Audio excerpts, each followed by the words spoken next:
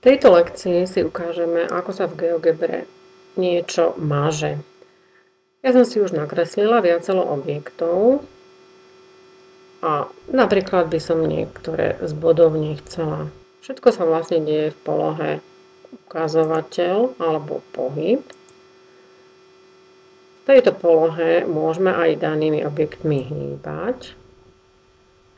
A takisto môžeme aj objekt zmazať. Napríklad ukážeme na bod G, ktorý máme nakreslený hlavným tlačítkom a jednoducho klávesnicou stlačíme delete.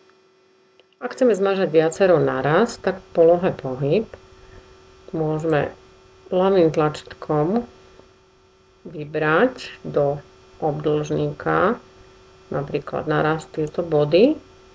A takisto tlačením delete môžeme zmazať